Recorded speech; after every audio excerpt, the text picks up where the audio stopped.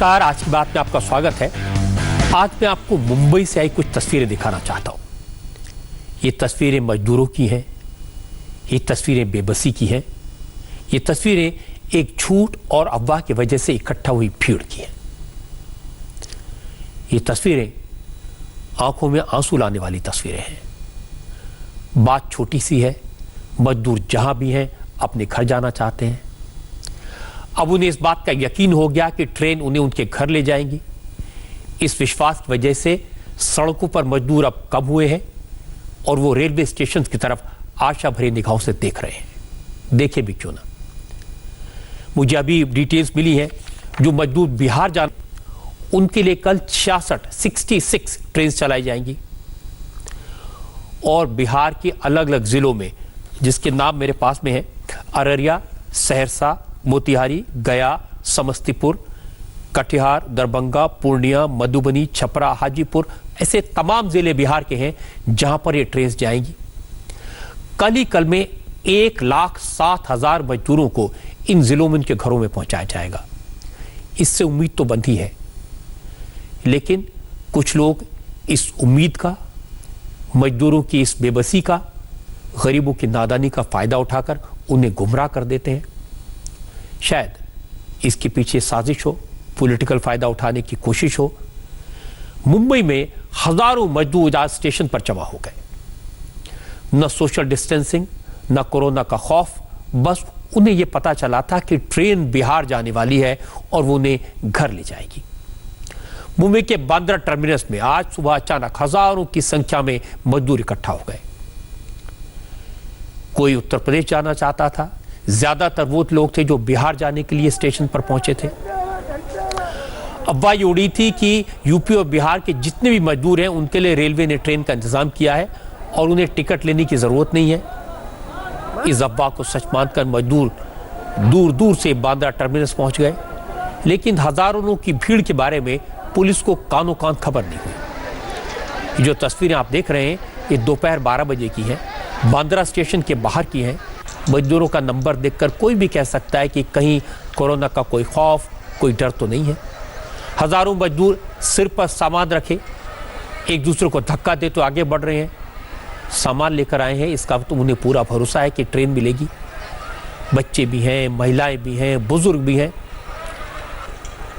उस इलाके में मौजूद लोगों ने ये वीडियोस बनाए और जब ये वीडियो मेरे पास आए, तस्वीरें देखी, तो मैंने अपने संवाददाताओं से कहा, रिपोर्टर से कहा कि इस इलाके में जाएं, मुंबई के बांद्रा स्टेशन पर जाएं, एक बार मजदूरों से बात करें, उनसे पूछें। श्रमिक स्पेशल ट्रेन चल रही है, मजदूरों को ट्रेनों से रवाना किया जा रहा है, सरकार सबको उनके जिलों तक भेज रही है, तो फिर अचानक भीड़ क्यों लगी? इस सवाल के जवाब में मजदूरों ने जो कहा वो चौंकाने वाला था।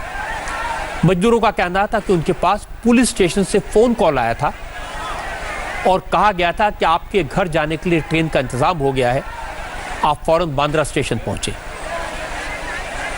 इस मैसेज को सच मानकर मजदूर मुंबई के अलग अलग इलाकों से अपना सामान उठाकर बांद्रा स्टेशन के लिए निकल पड़े। हालांकि बाद में जब भीड़ बढ़ी तो पुलिस और मजदूरों के बीच टकराव हुआ, क्योंकि मजदूर किसी भी कीमत पर वापस लौटना नहीं चाहते थे। पहले पुलिस ने अपील की, समझाने की कोशिश की, मजदूर नहीं माने, तो फिर लाठीचार्ज हुआ। मजदूरों का कहना है कि पुलिस ने उन लोगों को ट्रेन से रवाना कर दिया जिनके पास टिकट नहीं था।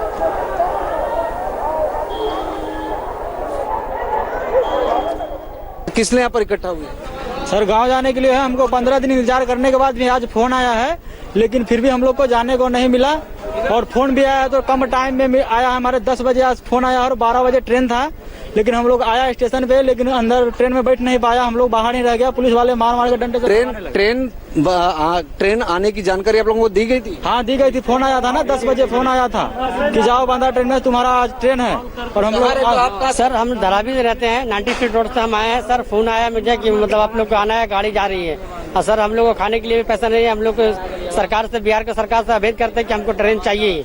और सारे मजदूर हम लोग परेशान हो रहे हैं। सेठ लोग भी हम लोग को सर पैसा वैसा नहीं दे रहे हैं। आप कहाँ रहते हैं? कितने बजे? हम लोग बांद्रा में रहते हैं। सुबह 8 बजे से हम लोग यहाँ पर थे।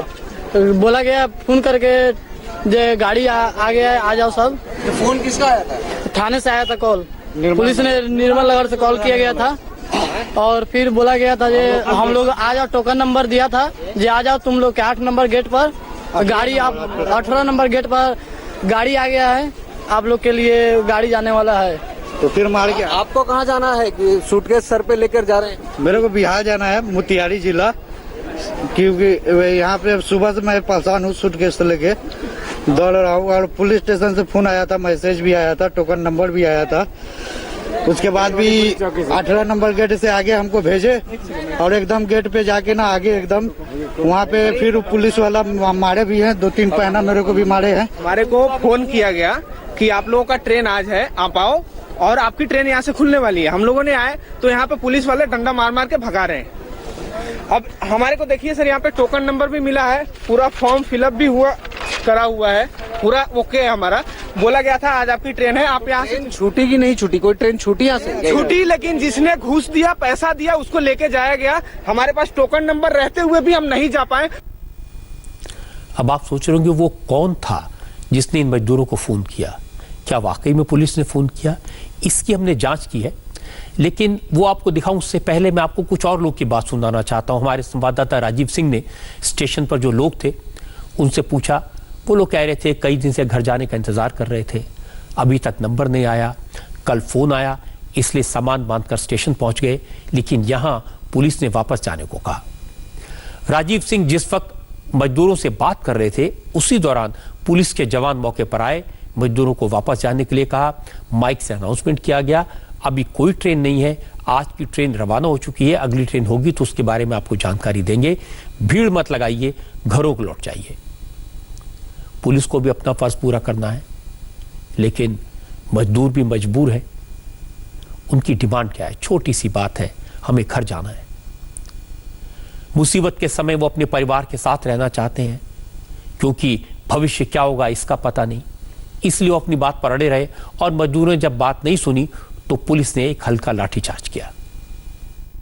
हमें बिहार मुजफ्फरपुर जाना है और हमें रजिस्ट्रेशन नंबर मिला है, 409 नंबर दिया गया है, लेकिन हमको फ़ोन करके बुलाया गया। यहाँ आने के बाद पुलिस बोलता है कि आज गाड़ी नहीं है, नहीं जाने देंगे क्योंकि गाड़ी आज नहीं है आप लोगों का, तुम लोग चले जाओ। 10-11 बजे कॉल आया, टोकन नंबर दिया गया और बोला गया कि आ जाओ 18 नंबर गेट पे पुलिस चौकी के पास, वहाँ पे लाइन लग रही है, आप लोग के लिए ट्रेन जा रही है बिहार के लिए। तो हम लोग आए और वहाँ पे आए तो वहाँ पे भी टोकन नंबर देख रहे लो, लेकिन अंदर जाने नहीं दे रहे लोग। फिर वहाँ से भी कितना हम लोग किए, फिर अंदर जाने दिए। अंदर जाने के बाद फिर उधर लास्ट तक लेकर गए और वहाँ से फिर उन लोग पुलिस लोग डंडे से मार मार के भगाने लगे। यही पुलिस कर्मचारी जो है सपोर्ट नहीं करते। आप देखिए यहाँ पर लोग नारे लगा रहे हैं और कहीं ना कहीं नाराज है इस बात से कि लोगों को घर जाने नहीं मिल रहा है। प्रवासी मजदूरों की ये परेशानी आप देख सकते हैं, लोग जो है नारेबाजी कर रहे हैं। आज जो है कि 1 घंटा पहले पुलिस वाला कॉल किया है, आपका टिकट कन्फर्म हो चुका है, ठीक है, लेकिन वो हमको कूपन दिया नहीं है, कूपन उससे मांगते रह गया, कूपन नहीं दिया है, ठीक है। और इधर आके टोकन नंबर दिया, इधर आके पुलिस वालों को बोल रहे थे, पुलिस वाला डंडा मार रहा, बोला है कूपन किधर है, टोकन किधर है। जी हमको ही मारा गया, वापस किया गया मेरे पास। देखिए मार करके दूसरे पब्लिक से पैसा ले करके भेजा जा रहा है और पुलिस वाला एक वर्ड भी नहीं सुनने को तैयार है। फिलहाल एक यहाँ पर देखिए किस तरह से पुलिस जो है यहाँ पर लोगों को दौड़ा रही है और ये तस्वीरें आप देखिए किस तरह से लोग भाग रहे हैं। पुलिस के लाठीचार्ज की तस्वीरें यहाँ पर पुलिस लोगों को दौड़ा रही है, किस तरह से लोगों को हटा रही है, मार रही है। और फिलहाल लोगों की ये तस्वीर दिखाती है किस तरह से लोग नाराज हैं इस बात को लेकर, वापस से बांद्रा टर्मिनस की तरफ रुख कर रहे थे। और इसी वजह से यहाँ पर पुलिस ने दोबारा इनके ऊपर कार्रवाई की है और दोबारा कार्रवाई के बाद में इन तमाम लोगों को पीछे खदेड़ा गया है। पुलिस सायरन बजा रही है, एक संदेशा देने की कोशिश कर रही है कि आप लोग पीछे हटिए, पीछे जाइए, स्टेशन परिसर पर भीड़ ना इकट्ठा किया जाए। ये तस्वीरें दिखाती कि कहीं ना कहीं जो प्रवासी मजदूर हैं उनको लेकर बहुत ज्यादा मुश्किलें, बहुत ज्यादा तकलीफें हैं। यहाँ पर आप देखिए पुलिस कर्मचारी अनाउंसमेंट कर रहे हैं, पुलिस कर्मचारी अनाउंसमेंट कर रहे हैं, जानकारी दे रहे हैं। वाला था वो अभी चला गया है, कृपया करके सब लोग अपने अपने घर चले जाओ। परमिशन किसने दिया? आज कोई भी ट्रेन नहीं है, आज सबको पुलिस प्रशासन की ओर से विनती की जाती है, आप यहाँ पे बेवजह भीड़ ना करें, बेवजह मत रुकिए, आप यहाँ से चले जाइए। चलो चलो भीड़ कम करो, आप यहाँ पे मत रुकिए भाई साहब, चलो अगर आपको कोई ट्रेन रहेगी तो आपको सूचित किया जाएगा, आप यहाँ पे मत रुकिए, बेवजह भीड़ ना करो। चलो, अगर कोई ट्रेन रहेगा तो आपको मैसेज आएगा या कॉल करेंगे। चलो, भीड़ मत करो यहाँ पे, आप यहाँ पे भीड़ मत करो। चलो भाई साहब, भीड़ मत करो यार। अब ये भीड़ क्यों लगी, मजदूर वहां क्यों पहुंचे, हमने इस पूरे मामले की गहराई से जांच की। पता चला कि असल में आज बांद्रा से बिहार के लिए सिर्फ एक स्पेशल ट्रेन रवाना होनी थी। ट्रेन दोपहर 12:10 पर चलनी थी और हमेशा की तरह इस बार भी मजदूरों को बसों के जरिए ऑर्गेनाइज तरीके से रेलवे स्टेशन के पास पुलिस चौकी में इकट्ठा किया गया था। उनका token number, registration number check हुआ, स्क्रीनिंग हुई और उसके बाद उन्हें ट्रेन से रवाना कर दिया गया। लेकिन एक अफवाह फैल गई, जिन लोगों के नाम जाने वालों की लिस्ट में नहीं थे, जिनके पास मैसेज नहीं आया, उनके लिए भी ट्रेन चलेगी। सरकार ने कई ट्रेनों का इंतजाम किया है। एक ट्रेन शाम को चलेगी, जो घर जाना चाहता है स्टेशन पहुंच जाए। और इस अफवाह के बाद हजारों मजदूर बांद्रा पहुंच गए। दोपहर तक हजारों मजदूर इकट्ठा हो चुके थे। शुरू में लोकल पुलिस स्टेशन के जवान पहुंचे, जब भीड़ ज्यादा थी तो फिर बड़े अफसर वहां पहुंचे। 4 घंटे तक ऐसे हालात बने रहे, किसी को समझ नहीं आया कि भीड़ को कैसे समझाया जाए, हालात को कैसे काबू किया जाए। हालांकि सीनियर अफसरों के पहुंचने के बाद धीरे धीरे हालात कंट्रोल में आए, लेकिन इसी दौरान कुछ लोगों ने पुलिस पर पत्थर फेंकने शुरू कर दिए। बांद्रा टर्मिनस के बाहर बेकाबू हुई भीड़ को हटाने के लिए जब डीसीपी की गाड़ी यहां पर पहुंची तो डीसीपी की गाड़ी पर पथराव किया गया। आपको पथराव किस तरह से हुआ, बड़े बड़े पत्थर सड़कों पर नजर आएंगे। आप देखिए यहां पर कई पत्थर आपको नजर आएंगे और इन पत्थरों को पुलिस की गाड़ी पर फेंका गया था। यहां पर आपको दिखाते हैं किस तरह से एक बड़ा सा पत्थर जमीन पर मौजूद है। इन पत्थरों को पुलिस कर्मचारियों पर फेंका गया। उसके बाद इन तमाम लोगों को खदेड़ कर पीछे कर दिया गया और देखिए बैरिकेड लगा गया है। दीवार के उस पार जहां बस्ती है वहां पर लोगों को खदेड़ कर भगाया गया है। दरअसल पुलिस पर पत्थर फेंके गए, डीसीपी की गाड़ी पर पत्थर फेंकने की कोशिश की गई है। डीसीपी मंजुनाथ सिंघे यहाँ पर लोगों को समझा रहे हैं उनकी गाड़ी पर, हालांकि पथराव हुआ था। यहाँ पर आपको तस्वीर दिखाती है, अनाउंसमेंट किया जाएगा। डीसीपी मंजुनाथ सिंघे खुद यहाँ पर जो है अब अनाउंस करने जा रहे हैं, लोगों को समझाने बुझाने की कोशिश की जा रही है। आज जो ट्रेन बांद्रा से बिहार के लिए गई है उसमें करीब 1800 मजदूर थे। कुछ मजदूर ऐसे थे जिन्होंने ये कहा था उन्हें तो कल रात ही पुलिस स्टेशन से फोन आ गया था और वाकई में उन लोगों के लिए फोन गया भी था। लेकिन जिन लोगों को फोन नहीं आया था वो भी बांद्रा के लिए निकल पड़े और जब यहां पहुंचे तो पुलिस ने उन्हें मारकर भगाया। अब सवाल है, इन मजदूरों को फोन किसने किया था, इसका पता लगाना जरूरी था। हमारे संवाददाता दिनेश मौर्य ने उन मजदूरों से बात की जिनको फोन आया था, उन्हें स्टेशन पहुंचने के लिए कहा गया था। इन लोगों से वो नंबर लिया जिससे फोन आया था। उस नंबर पर दिनेश ने फोन लगाया, लेकिन फोन उठाने वाले ने सिर्फ इतना कहा, कोई ट्रेन नहीं है, वापस चले जाओ, और फोन डिस्कनेक्ट कर दिया। तो नंबर, वो फोन नंबर है आप लोग के पास? नंबर है जो मेरा, जो ये सदर है उसके पास। क्या ये क्या कह रहे आप? ये नंबर, ये किसका नंबर है? ये सर हमको बोला कि आप लोग जो है बांद्रा स्टेशन आ जाओ, 30 ग्रुप है, आप 30 बांद्रा स्टेशन आ जाओ। ये नंबर पे फोन लगाइए जरा, हम भी तो देखें। ये किसका नंबर है? ये तो मालूम नहीं है। चलिए इसको देखिए, स्पीकर पे करिए।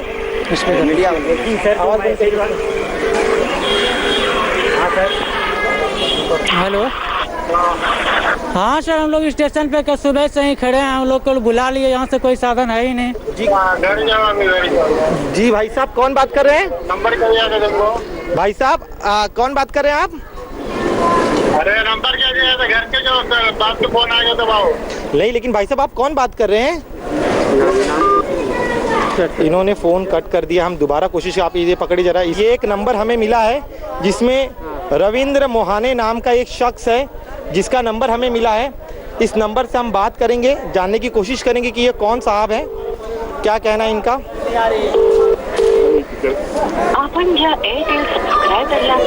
देखिए ये शख्स जो है फ़ोन कट कर रहा है।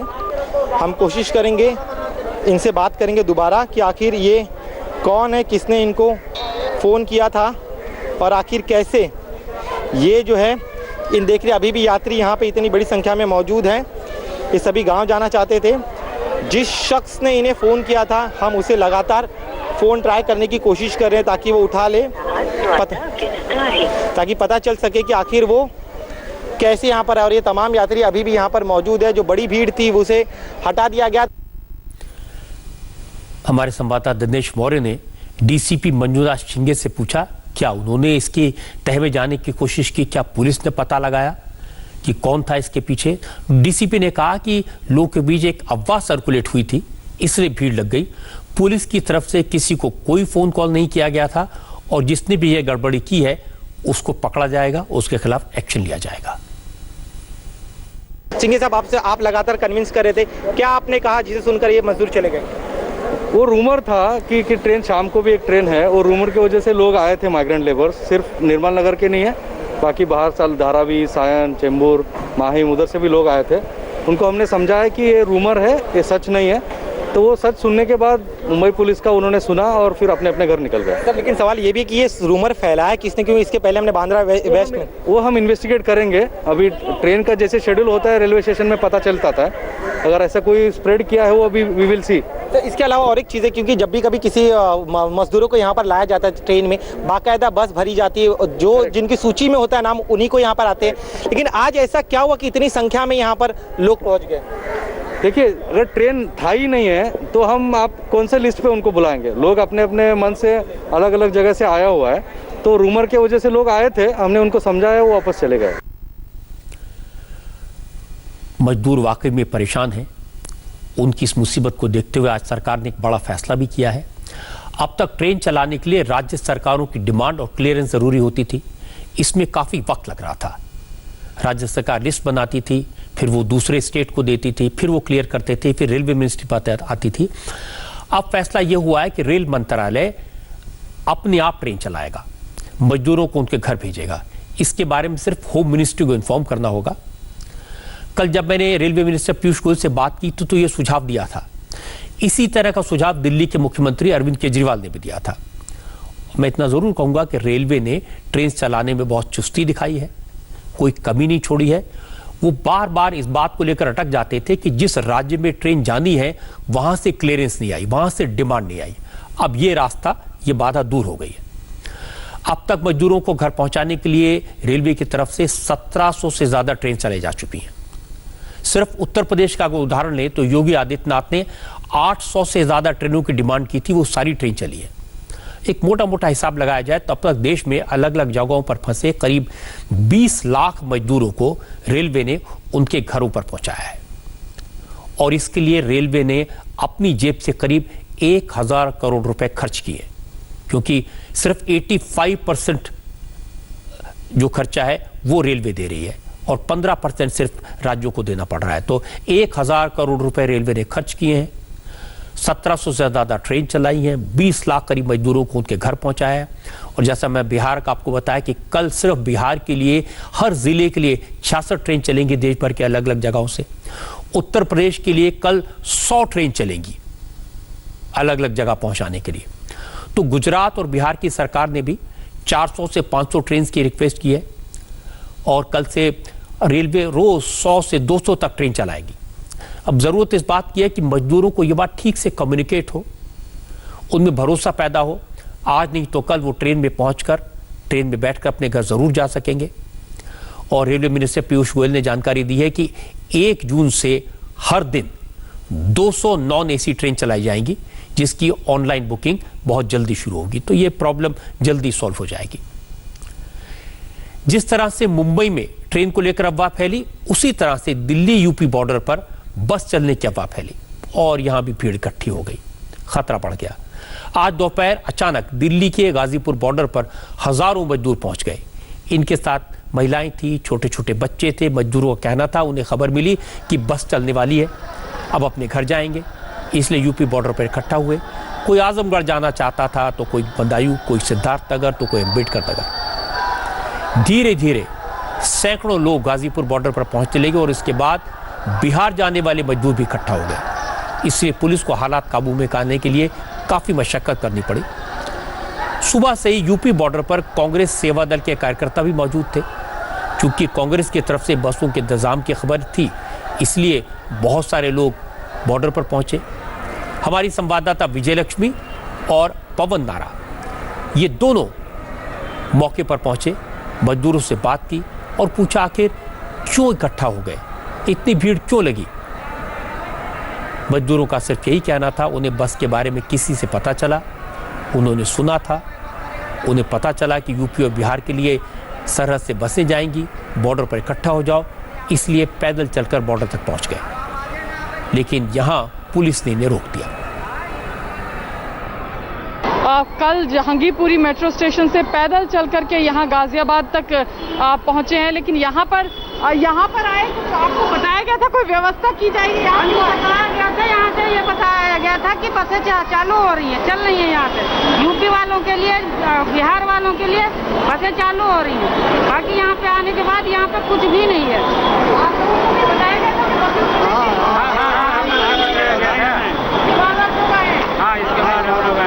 अभी क्या कोई जानकारी दी जा रही है? कोई आएगा बस? अभी कोई जानकारी नहीं दिया जा रहा है। पुलिस वाले ने उल्टा डंडा सुबह 6 बजे से सुबह 6 बजे से बात कर रहे हैं। चलिए, कोई सुबह 6 बजे से इंतजार कर रहा है, कोई कह रहा है रात के 2 बजे से यहाँ पर आया हुआ है। आ रहे हैं, कल आ रहे हैं, अभी आ रहे हैं, अभी तक कोई गाड़ी नहीं दिया। अगर दिल्ली सरकार रखना चाहती तो 4000 मकान मालिक को दे देते। कहाँ जाना चाहती? बिहार जाना चाहती हूँ। अगर बिहार नहीं जाने दे रहा है तो हम सबको रहने के लिए व्यवस्था करते हुए चल रह जाएंगे।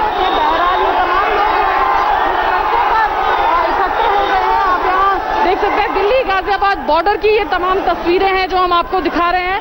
मजदूर जो है वो यहाँ पर उनके सब्र का बांध जो है टूटता हुआ नजर आ रहा है। हालांकि पहले फ्लाईओवर में के नीचे बैठे हुए थे एक जगह पर, लेकिन अब सड़कों पर आ गए हैं और अपनी तमाम तरह की जो दिक्कतें हैं हमसे भी उन्होंने अपनी बातें चीज़ें शेयर की और यही कह रहे हैं कि खाने का जो क्वालिटी है वो अच्छा नहीं मिल रहा है और उसके अलावा भी कोई जानकारी उनको प्रशासन द्वारा नहीं मुहैया कराई जा रही है कि कैसे उनकी घर वापसी जो है वो हो पाएगी, कैसे यहाँ से उनको उनके घरों की ओर जो है वो प्रशासन ले जाने का क्या अरेंजमेंट करेगा। अब काफी देर तक इस तरह के हालात बने रहे। हमारे दोनों संवाददाता वहां मौजूद थे, उन्होंने बताया कि पुलिस वालों ने मजदूरों को समझाया, उनके खाने पीने का इंतजाम किया, खाना बांटा, लेकिन मजदूरों की संख्या इतनी ज्यादा थी, जितना इंतजाम करते थे वो नाकाफी साबित होता था और लोग आते गए। बाद में फिर दिल्ली सरकार ने मजदूरों के लिए बसों का इंतजाम किया और इन्हें दोबारा दिल्ली में शेल्टर होम जाने के लिए कहा। गाजीपुर बॉर्डर पर बसें लगवा दी, लेकिन मजदूर ऐसे भी थे जो वापस जाने को तैयार नहीं थे, वो तो बस घर जाना चाहते हैं बस, और उन्हें लगता था बस तो मिलेगी और घर जाएंगे। कहाँ से आ रहे हैं मैम? सालिमा गांव से आ रही हूँ। अच्छा, और अब कहाँ जाना चाहते हैं? यूपी में। यूपी में कहाँ? आजमगढ़। आजमगढ़। हाँ। तो अब आपको क्या उम्मीद, क्या खबर मिली थी कि यहाँ कोई बस चल रही है? हाँ, तभी तो हम लोग आए हैं। अच्छा।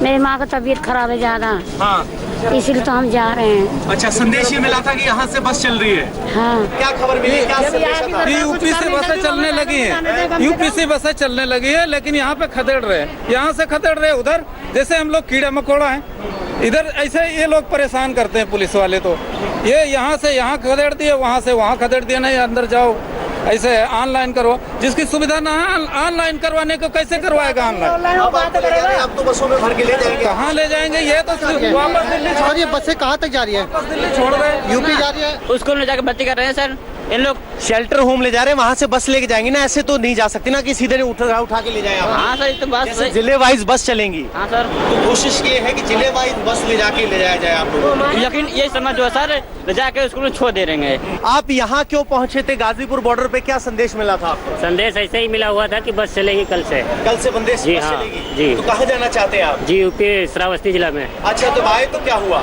अब आए तो क्या मिला, कुछ मिला ही नहीं हमें। हाँ, हमें फिर वापस भेजा जा रहा है। वापस नहीं भेजा जा रहा है, कहा जा रहा है कि शेल्टर होम ले जाए, वहाँ से बस चलेंगी। आपको क्या खबर मिली थी कि यहाँ कोई बस है? हाँ जी, मिली थी खबर कि बस चालू हो गई है, इसी की वजह से हम लोग निकले हैं और पैसे भी नहीं बचे थे हमारे पास, तो रूम पे किराएदार जैसे हम लोग हैं तो वो मकान मालिक हमें निकाल रहे थे। अच्छा, मकान मालिक निकाल रहे थे। दिल्ली में कहाँ रहते थे? जहांगीरपुरी। जहांगीरपुरी से आप आ रहे हैं जी। तो ये संदेश किसने बताया कि यूपी से बस चल रही है? काफी सब जा रहे थे ना, काफी आदमी जा रहे थे, तो इसीलिए सारे क्या क्या किया? पुलिस वालों ने कहा था। क्या कहा था? कि बस चल रही है, आगे जाओ। गाड़ी चल रही है, पैदल चल के आ गए। हाँ, और क्या? अच्छा, तो ये कहाँ से चले आ रहे हैं आप लोग? बवाना से। ये बवाना से चले आ रहे हैं। दिल्ली में जो पुलिस तैनात है उन्होंने इनको कहा कि आप यूपी बॉर्डर तक चले जाइए, वहां से बसें चल रही हैं। कल गाजियाबाद के रामलीला मैदान की जो खबर चली उसके बाद भी बहुत से लोगों को लगा कि बस चल रही है, यूपी से बस चल रही है, गाजियाबाद से बस चल रही है, और यही वजह है कि हजारों की संख्या में मजदूर यहां इकट्ठे हो गए हैं। पवन नारायण ने सही असेस किया। कल जब गाजियाबाद से 2 जगह से बसें चली थी, लोगों ने टीवी पर देखा होगा, उनके बारे में सुना होगा, तो उनको लगा कि आज फिर वहां से बसें चलेंगी, तो गाजीपुर बॉर्डर पर इकट्ठा हो गए। इन लोगों को तो समझा बुझा करके किसी तरह शेल्टर में भेज दिया गया, लेकिन दिल्ली के सीमापुरी इलाके में, यहां जो उत्तर प्रदेश का बॉर्डर है, आज सुबह की तस्वीरें बिल्कुल अलग थी, दर्दनाक थी। यहां भी यूपी और बिहार तक बसें चलने की अफवाह की वजह से हजारों मजदूर इकट्ठा हो गए। धीरे धीरे शालीमार गार्डन पहुंच गए। क्योंकि इलाका गाजियाबाद में पड़ता है, इसलिए गाजियाबाद पुलिस एक्शन में आई।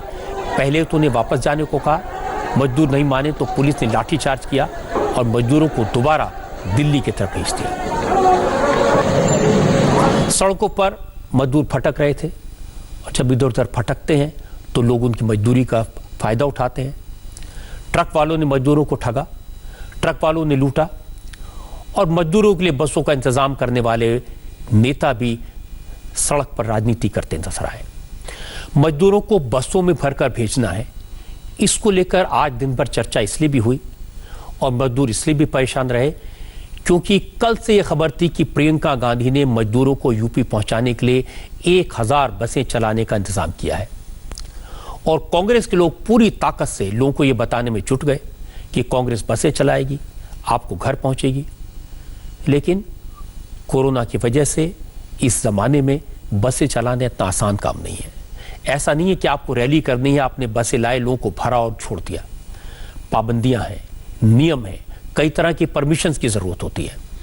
उत्तर प्रदेश की सरकार ने प्रियंका गांधी से बसों की डिटेल मांगी।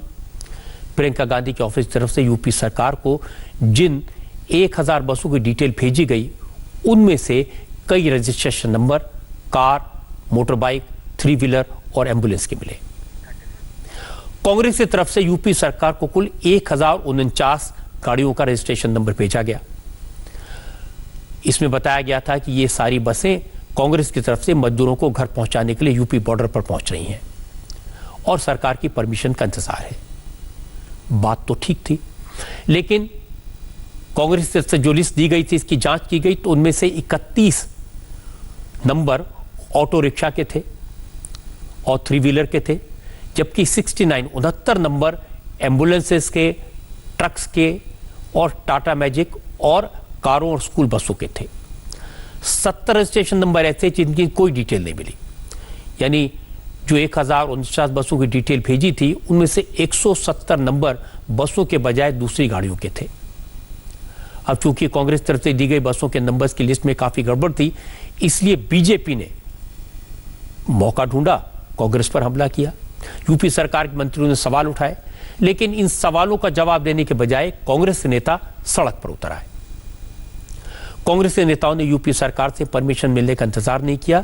राजस्थान कांग्रेस की तरफ से बसों को उत्तर प्रदेश के बॉर्डर पर भेज दिया गया। बसें मथुरा बॉर्डर और आगरा बॉर्डर पर खड़ी हैं और इसके बाद सियासी जुमलेबाजी शुरू हुई। उत्तर प्रदेश कांग्रेस के अध्यक्ष अजय कुमार लल्लू कांग्रेस के नेताओं के साथ राजस्थान से आई बसों को रिसीव करने बॉर्डर पर पहुंच गए। पुलिस भी मौजूद थी। पुलिस ने बिना परमिशन के बसों को यूपी में एंट्री नहीं दी, तो कांग्रेस के नेता सड़क पर धरने पर बैठ गए, जाम लगा दिया। इसकी वजह से सैकड़ों ट्रक जो सप्लाई लेकर आ रहे थे वो फंस गए। बड़ी मुश्किल से पुलिस ने अजय कुमार लल्लू को हटाया, तब जाकर ट्रकों का मूवमेंट शुरू हुआ और देर शाम पुलिस ने उन्हें डिटेन भी कर लिया।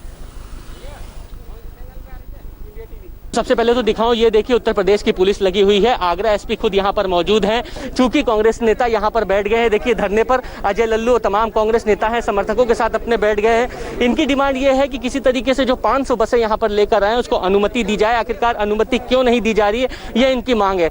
उसके बाद मैं आपको जो तस्वीर दिखाना चाहता हूँ, ये देखिए, ये जो ट्रक है और इसके पीछे एक लंबी कतार यहाँ पर लग गई है। देखिए ट्रकों की एक लंबी कतार लगी है। ये इंतजार कर रहे हैं कि इनको किसी तरीके से उत्तर प्रदेश में दाखिल होने दिया जाए, क्योंकि लंबे सफर तय करके यहाँ पर चल के आए हैं। लेकिन अचानक से जिस तरीके से कांग्रेसी नेता यहाँ पर धरने पर बैठ गए, उसके बाद माहौल पूरी तरीके से तनावपूर्ण हो गया। उत्तर प्रदेश की पुलिस यहाँ पर लग गई है, वो इनको जाने नहीं दे रही है। यही वजह है कि बॉर्डर पूरी तरीके से सील है। जो राजस्थान से उत्तर प्रदेश में प्रवेश करने वाले लोग थे उनको यहीं पर रोक दिया गया है। गाड़ियों की लंबी कतार है ये ट्रक की, और उसके पीछे जो राजस्थान जो कांग्रेस की तरफ से जो तमाम 500 बसें यहाँ पर लाई गई हैं, वो यहाँ पर बसें खड़ी हुई हैं। नेताओं का कहना है कि हमारे पास तमाम रजिस्ट्रेशन से लेकर सारे कागजात मौजूद हैं। अगर चाहती है तो वो जांच ले, देख ले कि हम कौन सी बसें भेज रहे हैं, उसको पूरी तरीके से समझ ले।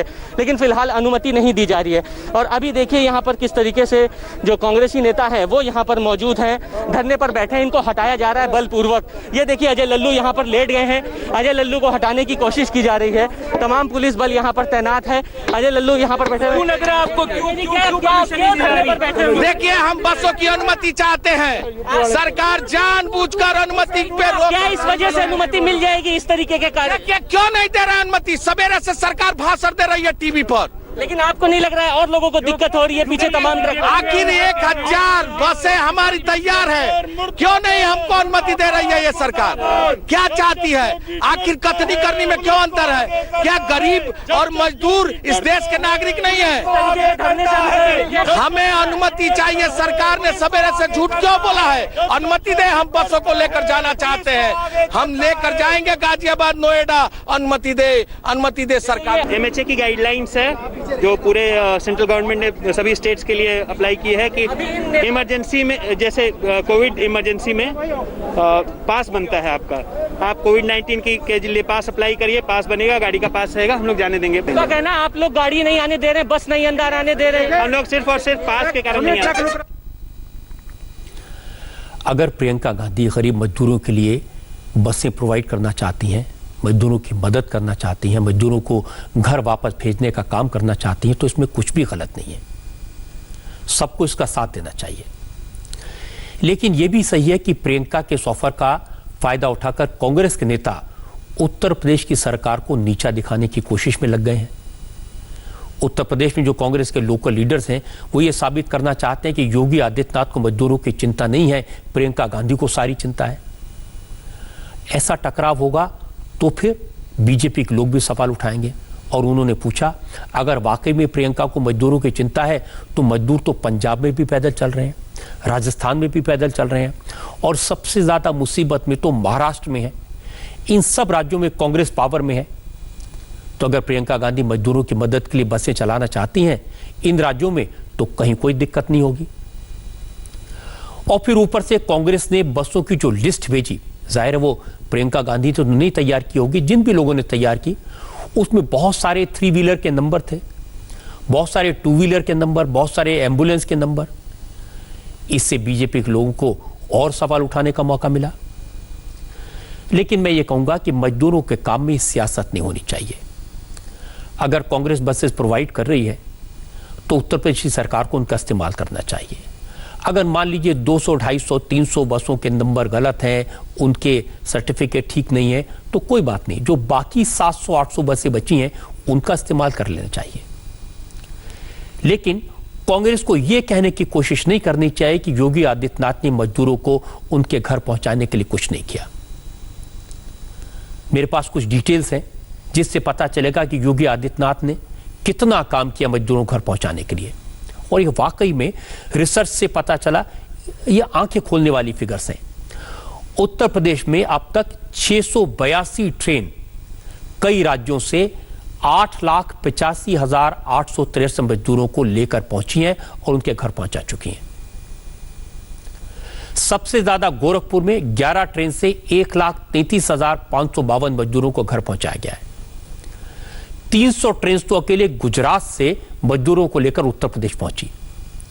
महाराष्ट्र से 160 ट्रेनें और पंजाब से 123 ट्रेन उत्तर प्रदेश पहुंची हैं मजदूरों को लेकर। मजदूरों को लेकर 235 ट्रेन उत्तर प्रदेश के अलग अलग जिलों में पहुंचने वाली हैं। रास्ते में अभी 2,96,626 मजदूरों को उत्तर प्रदेश पहुंचाया जाएगा। ये सारी फिगर्स कोई कम नहीं है। कल करीब 100 ट्रेन पहुंचेंगी अलग अलग जिलों में। योगी आदित्यनाथ ने ट्रेन के अलावा 12,000 से ज्यादा बसें चलाई हैं। कुल मिलाकर योगी आदित्यनाथ ने करीब 12 लाख से ज्यादा मजदूरों को वापस लाने का इंतजाम किया है। इसको मानना चाहिए। वैसे बस के इस कंफ्यूजन के चक्कर में मजदूरों को ट्रक वाले लूट रहे हैं। ये गुस्सा दिलाने वाली बात है। आज जब मजदूरों को गाजियाबाद और नोएडा बॉर्डर से बस नहीं मिली तो उन्होंने बॉर्डर से गुजर रहे ट्रक वालों से बात की। कुछ ट्रक ड्राइवर ने मजदूरों को ट्रक में बिठा तो लिया। ये मजदूर बिहार जाना चाहते थे, इनसे पैसे भी लिए, लेकिन गाजियाबाद के विजयनगर में ये ट्रक मजदूरों को लेकर जैसे जाने लगा तो पुलिस ने इन सब मजदूरों को उतरवा दिया। पुलिस ने कहा ट्रक से जाने की इजाजत नहीं है, ये खतरनाक है। मजदूरों के लिए सरकार ने बसों का इंतजाम किया है, ट्रेन का इंतजाम किया है। जिन्हें बिहार जाना है सरकार उनको रजिस्टर करेगी और बस में बैठाकर उन्हें रेलवे स्टेशन छोड़ा जाएगा।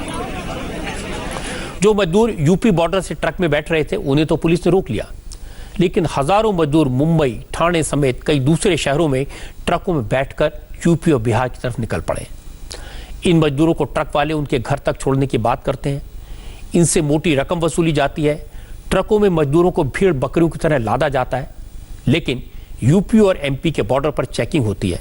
ट्रक वालों को पता है ट्रक में मजदूरों को लाने की इजाजत नहीं है, इसलिए ट्रक ड्राइवर मजदूरों को बॉर्डर से पहले ही छोड़ देते हैं और फिर ये मजदूर इधर से उधर भटकने के लिए मजबूर हो जाते हैं।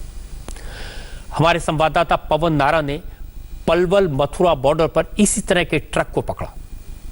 इस ट्रक में 65 मजदूर सवार थे। ये सभी लोग मुंबई से चले थे। इनमें से 20 बच्चे हैं। हैरानी की बात यह कि छोटे से ट्रक में 65 लोग को बिठाना मुश्किल है, इसलिए ट्रक वाले ने ट्रक में पार्टीशन लगाकर इसे डबल स्टोरी बना दिया। महिलाओं और बच्चों को नीचे बैठाया, पार्टीशन के ऊपरी हिस्से में पुरुषों को बिठा दिया। आप अपने टीवी स्क्रीन पर देखेंगे तो आपको अंदाजा लगेगा इतनी गर्मी, चिलचिलाती धूप में 40 डिग्री टेम्परेचर में ट्रक के अंदर 65 लोग किस तरह मुंबई से चले होंगे, क्या हालत रहे होंगे। अब क्या तो सोशल डिस्टेंसिंग और क्या कोरोना का डर। इनके अलावा ऐसे मजदूर भी थे जो अहमदाबाद से पैदल चलकर यहाँ पहुंचे थे। किसी को बिहार जाना है तो किसी को उत्तर प्रदेश। तार लगाकर एक सेकंड लेयर बनाई गई है जहाँ पे लोग बॉम्बे से चले आ रहे हैं। दिक्कत ये है कि 65 लोग एक साथ काम करते थे, बॉम्बे में रहते थे और डबल लेयर है। पहले नीचे यात्री हैं जिनमें महिलाएं और बच्चे भी हैं और ऊपर तार लगाकर एक सेकंड लेयर बनाई गई है जहाँ पे लोग बैठे हैं। बॉम्बे से आ रहे हैं। खतरा ये है कि बॉम्बे के बहुत से इलाकों में कोरोना फैला हुआ है। कितनी महिलाएं हैं इनमें? देखो जी फैमिली है, हमारे बच्चे हैं। खड़े हो जाओ। छोटे छोटे बच्चे हैं, महिलाएं हैं। सोशल डिस्टेंसिंग तो नहीं है कम से कम जो कहा जा रहा है। सोचिए एक ट्रक में अगर 65 लोग सवार होंगे तो क्या स्थिति होगी। और ये अब बिजनौर जाना चाहते हैं। कितने दिन हो गए आपको चले हुए? 4 दिन हो गए जी। 4 दिन में बॉम्बे से यहाँ तक पहुँचे हैं। सर खाने पीने का रहेगा तब ही तो सर, किसी का तो शौक नहीं है कि ऐसे हम पैदल निकल जाए चाहे किसी गाड़ी से निकल जाए। एक तो उतना दूर से आए हैं तो सोचे कि अपना अच्छा से आए हैं, इतना दूरी से अपना अच्छा से रहेंगे, खाएंगे पियेंगे, अच्छा से गाड़ी उड़ी खुलेगा तो अपना जा सकते हैं। ठीक है। और बात रह गई ये कि जब हमको कोई सुविधा ही नहीं है तो फिर रह कर क्या फायदा। हम छपरा जिला जाएंगे सर। छपरा बिहार जी। तो बिहार के लिए ट्रेन जाने की बात हो रही है तो लेके जा रहे हैं आपको? हाँ सर बोले हैं कि हम शाम को ट्रेन खुलेगा तो हम छोड़ेंगे। मजदूरों का कसूर नहीं है, ये तो मजबूर हैं, किसी भी तरह घर पहुंचना चाहते हैं, दुखी हैं, परेशान हैं और ट्रक ड्राइवर्स इस बेबसी का फायदा उठा रहे हैं। ये बहुत बड़ा गुनाह है, इंसानियत के खिलाफ अपराध है। लेकिन एक बात मैं कहूंगा कि डिस्ट्रिक्ट लेवल पर उत्तर प्रदेश में पूरी मशीनरी एक्टिव है और जो अच्छा काम कर रहे हैं उनकी तारीफ करनी ही चाहिए। एसएसपी, डीएम ये खुद हाईवे पर मौजूद है। ये एयर कंडीशन दफ्तरों में नहीं बैठे, धूप में बाहर खड़े होकर सिचुएशन को असेस करते हैं। मथुरा के डीएम ने बताया कि जो प्रवासी मजदूर जिले में पहुंचते हैं उनके लिए सबसे पहले खाने पीने का इंतजाम किया जाता है, फिर उन्हें बसेज या ट्रेन के जरिए उनके होम टाउन की तरफ रवाना किया जाता है। कल थोड़ी 10 से 15 हज़ार की भीड़ अचानक जो आई हुई थी हरियाणा, पलवल और इधर से, उन लोगों को थोड़े घंटे, 2 घंटे, 3 घंटे की समस्या थी। उसको भी हम लोगों ने सुबह से लेकर के 11-12 बजे तक पूरी स्थिति सामान्य हो गई थी, बसें भेज दी थी। हमारे यहाँ जो प्रवासी आता है उसको हम लोग पहले रोकते हैं, अपने मंडी में जो शेल्टर होम है, खाना पीना उसको देते हैं। उसके बाद हम बसों से आसपास का है तो भेजते हैं। हम लोगों ने ट्रेन की भी व्यवस्था कर ली है। सुबह लगभग हम लोगों ने 25 बसों के आसपास उनको रवाना कर दिया है। लेकिन ये चूँकि कंटिन्यूअस प्रोसेस है, आप देख रहे हैं मेरी बसें खड़ी हैं यहाँ पे। अगर कोई पैदल आता है तो पहले मैं उसको बस में बैठाता हूँ, फिर अपने पास ले चलता हूँ। तो पूरी तरह से सभी लोग लगे हुए हैं। ये अच्छी बात है। सबको इस बात की चिंता है कि मजदूर पैदल न चलें, क्योंकि वो पैदल चलती जो तस्वीरें हमने देखी हैं सबको दिल पर चोट लगी थी। और पूरी सरकार, चाहे वो अफसर हो, चाहे पुलिस हो, चाहे चीफ मिनिस्टर हो, वो इस काम में लगे हैं। मुझे लगता है कम्युनिकेशन गैप की ज़रूरत है। ये मजदूरों को कहना चाहिए कि मजदूर हमारे जो भाई बहन हैं वो सब्र न खोएं। उन्हें बताया जाए कि उनके लिए इंतज़ाम किए गए हैं, उनका भरोसा जीतने की ज़रूरत है। उत्तर प्रदेश की सरकार बसें चला रही है, बॉर्डर से यूपी के हर ज़िले तक, गांव तक मजदूरों को भेजा जा रहा है। 235 ट्रेन चलने वाली हैं, हर राज्य से ट्रेनें चलेंगी। यूपी के सभी ज़िलों के लिए ट्रेन चलेंगी। बिहार के लिए कल 66 ट्रेन चलेंगी। 1 लाख से ज़्यादा मजदूरों को लेकर आएंगी। अररिया, सहरसा, मोतिहारी, भागलपुर, गया, छपरा, रक्सौल, दरभंगा, बरौनी, कूच बिहार और पूर्णिया तक सब जगह मजदूरों को ले जाया जाएगा। ये इन डिस्ट्रिक्ट तक ट्रेन पहुंचेगी। इसलिए मेरी गुजारिश है कि अगर मजदूर भाई मेरी बात सुन रहे हैं या आप में से कोई उन तक ये कन्वे कर सकता है कि वो खतरा मोल न लें। आज ही भागलपुर से, मुंबई से, ठाणे से और कई बड़े शहरों से रोड एक्सीडेंट की खबरें आई हैं। कल शिवपुरी से खबर आई थी कि एक मजदूर अपने बच्चों को लेकर ट्रक से मुंबई से बिहार जा रहा था। रास्ते में तबीयत खराब हो गई, ट्रक वाले ने ट्रक रोका नहीं, मजदूर की रास्ते में मौत हो गई। तो शिवपुरी के पास ये ट्रक ड्राइवर मजदूर की लाश और उसके छोटे छोटे बच्चों को सड़क पर उतार कर भाग गया। पुलिस ने इन बच्चों की मदद की। इसलिए मेरा निवेदन है कि इतने दिन कष्टों झेला है, तकलीफ हुई है, थोड़ा सा और इंतजार कर लीजिए। खुद को खतरे में मत डालिए, चाहे देर से सही, लेकिन अब सरकार दुरुस्त रास्ते पर है। इंतजाम किए जा रहे हैं और सारी राज्य सरकारें कर रही हैं, कुछ ज़्यादा कुछ कम। तो थोड़ा सा सब्र रखें, अपनी बारी का इंतजार करें।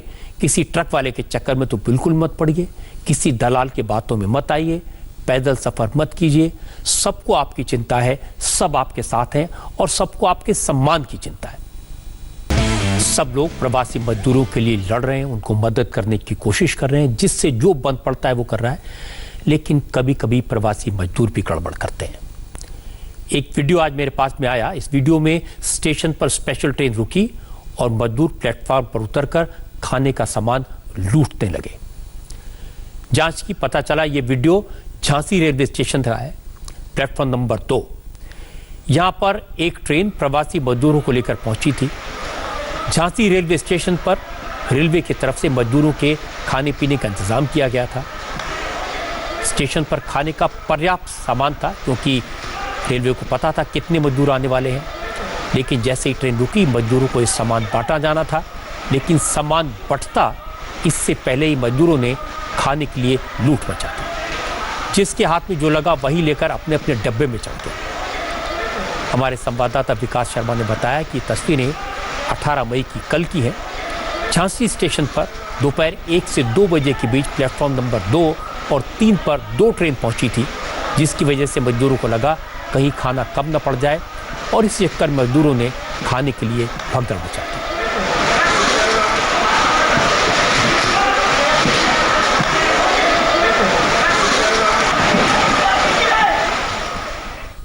मजदूर जिन हालात का सामना कर रहे हैं, जिस तरह की तकलीफ झेल रहे हैं, उसके बाद उन्हें किसी पर यकीन नहीं रहा।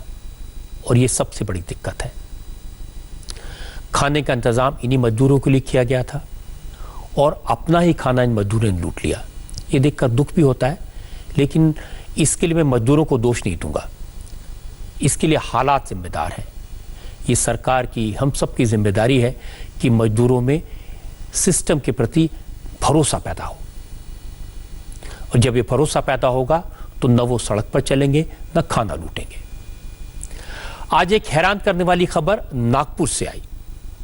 नागपुर महानगर पालिका के सामने एक नई किस्म की परेशानी आई है। नागपुर में 120 से ज्यादा प्रेग्नेंट महिलाएं हैं। इन्होंने कोरोना का टेस्ट कराने से इनकार कर दिया है।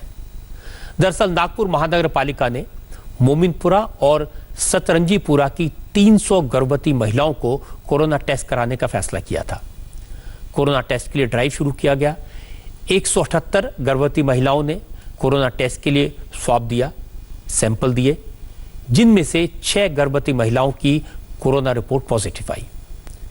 लेकिन चौंकाने वाली बात यह कि 122 प्रेग्नेंट महिलाओं ने कोरोना टेस्ट कराने से इनकार कर दिया।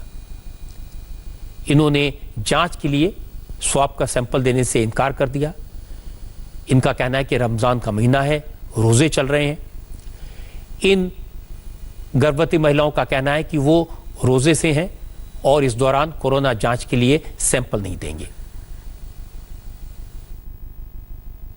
अब तक हमने लगभग 300 एएनसी को checkup, gynaec checkup plus otherwise physician से चेकअप किया है, लेकिन स्वैब सिर्फ 178 का ले पाए अपोजिशन के चलते। मोमिनपुरा एरिया से ज़्यादा अपोजिशन आ रहा है, लेकिन हम ये उनके साथ अभी भी बातचीत चल रही है। उनके साथ कोशिश कर रहे हैं कि सब एएनसी जो है और वहाँ के सब जो हाई रिस्क पीपल है उनका स्वैब वहीं पे लिया जाएगा, और जो पॉजिटिव आया वही उनको हम हॉस्पिटलाइज करेंगे, बाकी को क्वारंटाइन करने की जरूरत नहीं पड़ेगी। तो अभी थोड़ी स्ट्रेटेजी चेंज करते हुए ये हम कर रहे हैं। रीज़न ये है कि जितने भी पॉजिटिव आए हैं हाई रिस्क वाले, उनका ट्रीटमेंट जल्दी चालू हो और उनको जल्दी क्योर हो जाए। एक रीज़न ये भी बता रहे हैं कि हमारा रमजान है, रोज़ा है, इसलिए हम वो स्वाब नहीं दे पाएंगे वगैरह वगैरह, एक रीज़न है। लेकिन मुझे लगता है कि अगर रमजान भी है, रोज़ा भी है, उसका जो सैंक्टिटी रखते हुए आप प्रेग्नेंट हो, आप एएनसी हो, आपके बच्चे को कुछ बीमारी न हो और आपको कुछ बीमारी न हो, ये देखना जरूरी है। आप खुद प्रोटेक्ट रहे, हेल्दी रहे, आपके होने वाले जो बच्चे हैं वो भी हेल्दी रहे, ये कोशिश है। इसीलिए कोई सुपरस्टिशन न रखते हुए और किसी का रिलीजियस सेंटिमेंट्स हर्ट न करते हुए स्वाब लिया जाएगा, और आप उसमें कोऑपरेट करेंगे तो आपके सबके भलाई के लिए ये रहेगा। यहां पर ज्यादा ध्यान देने की इससे जरूरत है कि मोमिनपुरा और सतरंजीपुरा इलाके नागपुर में कोरोना का हॉटस्पॉट बने हुए हैं। नागपुर में अभी तक कोरोना के जो केसेस आए हैं उनमें से 85% केसेस इन्हीं दो एरियाज के हैं। नागपुर महानगर पालिका ने अब तक इन इलाकों से 2000 लोगों को क्वारंटीन किया है। नागपुर में अब तक कोरोना के 373 केसेस डिटेक्ट हुए हैं। अभी तक 7 लोग की मौत हो चुकी है, हालांकि 239 लोग रिकवर भी हुए हैं। और आज ही नागपुर में कोरोना के 3 नए केसेस सामने आए। जैसा मैंने कहा कि पूरा देश कोरोना के इस खतरे से लड़ रहा है, सब परेशान हैं, लेकिन लगता है प्रकृति हमारा इम्तिहान ले रही है। ओडिशा और पश्चिम बंगाल के सामने एक नया खतरा आया है। सुपर साइक्लोन अम्फान ओडिशा के करीब पहुंच गया है। ओडिशा के कई इलाकों में बारिश शुरू हो गई है। राज्य सरकार ने साइक्लोन के दायरे में आने वाले इलाकों को काफी हद तक खाली करवा लिया है। 5 जिलों में रेड अलर्ट का ऐलान किया गया है। मौसम विभाग का कहना है कि इस साइक्लोन की सबसे ज्यादा मार पश्चिम बंगाल पर पड़ेगी, क्योंकि जैसे जैसे तूफान आगे बढ़ेगा इसकी स्पीड बढ़ती जाएगी। सुपर साइक्लोन कल दोपहर या शाम तक पश्चिम बंगाल के दीघा और बांग्लादेश के हटिया आइलैंड से टकराएगा। इस दौरान विंड स्पीड 200 किलोमीटर प्रति घंटे तक पहुंच सकती है। मौसम विभाग ने कोस्टल रीजन के कच्चे घरों, पुराने पक्के घरों, बिजली और टेलीफोन के खंभों और नारियल के पेड़ों को नुकसान होने का डर जताया है। इसके अलावा रेलवे और सड़कों का भी नुकसान हो सकता है। क्योंकि साइक्लोन से नुकसान की संभावना है, इसलिए प्रधानमंत्री नरेंद्र मोदी ने आज राज्य सरकारों की मदद करने के तरीकों पर विचार किया और इसके बाद उड़ीसा और पश्चिम बंगाल के कोस्टल इलाकों में एनडीआरएफ की टीम्स को तैनात कर दिया। इस साइक्लोन के बारे में हम आपको लगातार अपडेट देंगे, लेकिन फिलहाल कोरोना का खतरा साइक्लोन से बहुत बड़ा है। साइक्लोन तो गुजर जाएगा, लेकिन कोरोना की मुसीबत ऐसी है जो पूरी दुनिया झेल रही है और कब जाएगी कुछ पता नहीं।